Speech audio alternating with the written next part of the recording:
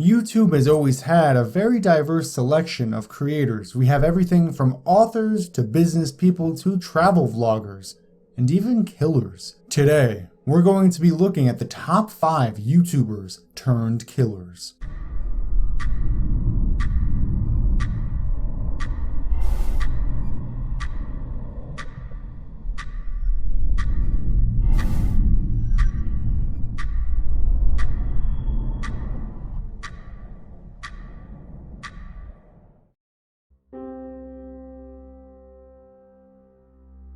Jared Lee Loughner was an underachiever in life. He began using drugs such as LSD, cocaine, and psychedelic mushrooms in high school after his girlfriend broke up with him. It wasn't long before he dropped out of high school altogether.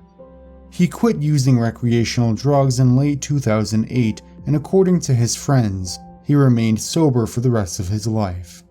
He eventually attended a community college where he was soon kicked out for his disorderly behavior in class and at the library. In response to being kicked out, he made videos online claiming things like the college used free sources online for their curriculum, they were unconstitutional, and even claimed that it was unconstitutional for him to be removed from the campus.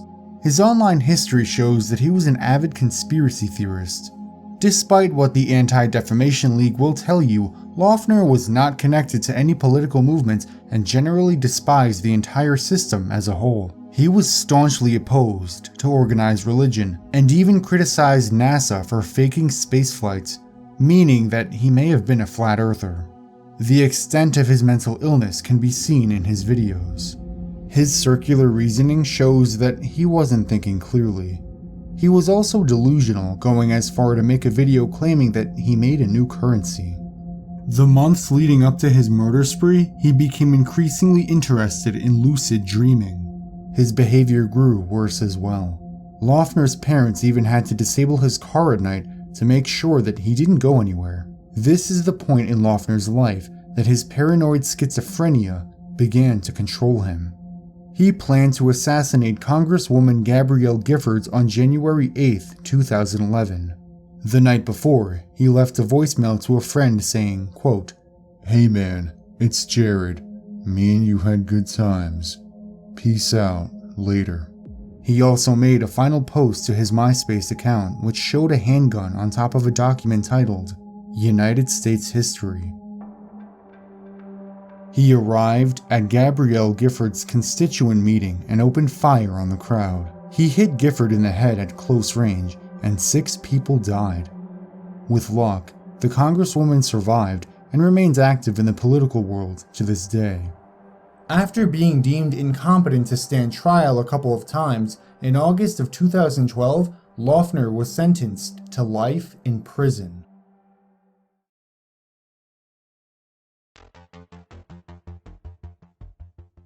Randee Stare was a lonely young man who lived at home with his parents. He felt he had no future as he disliked college, and his only employment opportunity was at a local grocery store. He opened a YouTube channel called Pioneers Productions in 2008 with little success. After years of struggling, he made a new channel called EGS with a focus on animation. It's on this channel and through these videos that the extent of his mental illness can also be seen. He had many videos that were obvious cries for help, but they were never reported. He became something of an admirer of Eric Harris and Dylan Klebold, who were the Columbine shooters. He hated religion, once saying, "Everything you've ever known about religion is a lie." In his final video, which was a montage of clips from his entire YouTube career, he included an animated part where 2 of his characters shot up a school and inflicted as much pain as possible on the students. The video includes a clip of him shooting a shotgun in real life and ends in a suicide, which strongly resembles the event that soon took place. On June 8th of 2017, he went into work at the Weiss grocery store. He killed 3 people, including his boss, who he disliked. After the massacre, he shot himself in the head with his shotgun. In his videos, he claims it wasn't about who he was killing, it was the fact that he got to kill at all. The strangest thing about Andrew is that he primarily identified with Ember McLean, the ghost girl from Danny Phantom. She talks to me too, all the time. She's always with me. Wherever I go, she's always with me, no matter what. He also talked about wanting to be a girl, going as far to wear his mother's clothes. It's weird, in a way, the person who claims that everything you know about religion is a lie also believes he's a ghost from a kid's cartoon show. This is partly why the internet will forever remember him as Tranny Phantom.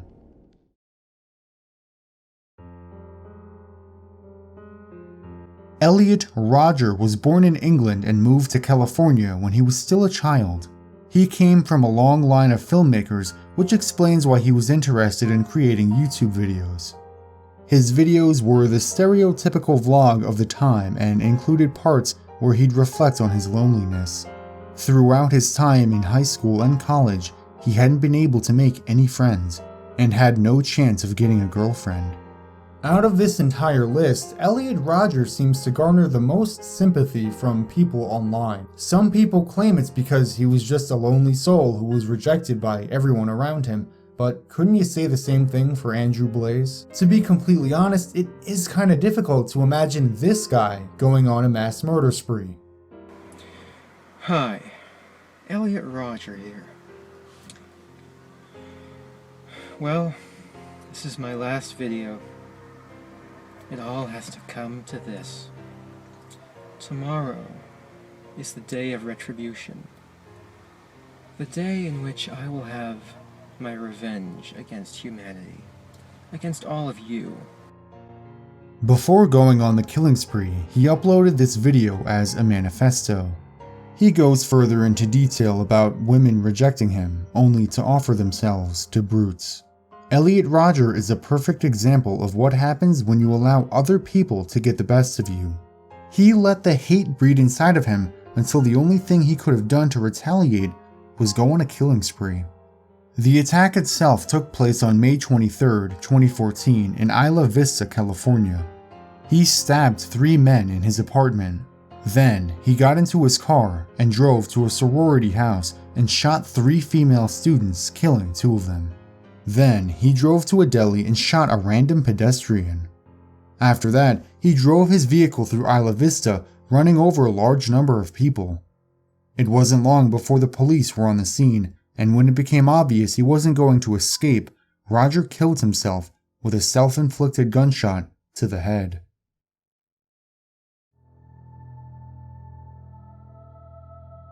Joseph Anthony Puccini was a 52-year-old man who had a past of serious mental illness. He exposed his madness to the world when he uploaded videos of himself to YouTube. In these videos, he made threats to the FBI and CIA, who he believed were trying to kill him. He claims that Sarah Bareilles, a singer and songwriter, is his soulmate. He also asked her to stop his enemies before it's too late, possibly believing that she's powerful enough in the political world to have sway over the actions of police. This is another example of how far removed from reality this guy really was.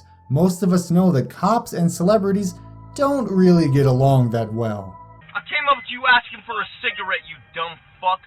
In one of the videos, Puccini says, "It's because she's the only one who can save me." In one video, he also explains that a single soul is divided in 2, and our goal on Earth is to find our other half. Puccini went on to explain that the singer who's never heard of or met him is, in fact, his soulmate. Unfortunately for Puccini, the threats he made against the FBI and CIA were perceived as terrorist threats and warranted an arrest. A few days later, officers stopped him at an intersection.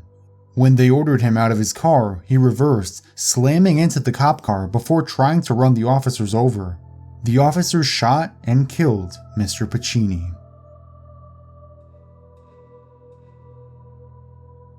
Trey Eric Sessler was a 22-year-old who ran a YouTube channel called Lenscap Productions. He called himself Mr. Anime, and he focused on movie and anime reviews. He uploaded his first video to YouTube back in 2006 and ended up making over 300 videos.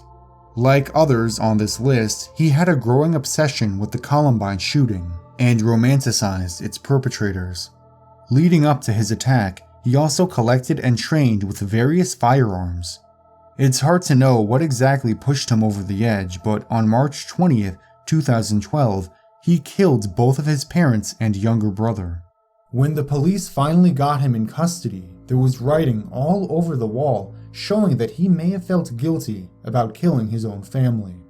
One of the pieces of text on the wall read, "God, please forgive me, because I can't forgive myself." Unlike every other killer on this list, Mr.Anime is the only one who seemed to show any remorse for his actions. But sadly for Mr.Anime, that's not going to stop him from serving a long time in prison. I think videos like this serve as a healthy reminder that all it takes is a couple months of bad decisions, doing the wrong thing, artificially creating your own little reality, and that's all it takes for you to become the next Andrew Blaze or the next Joey Puccini. That's all it takes. A little bit of mind bending, a little bit of mental gymnastics. You can be living in whatever world you want. Hopefully, we can really learn something from the people on this list and not make the same mistakes ourselves.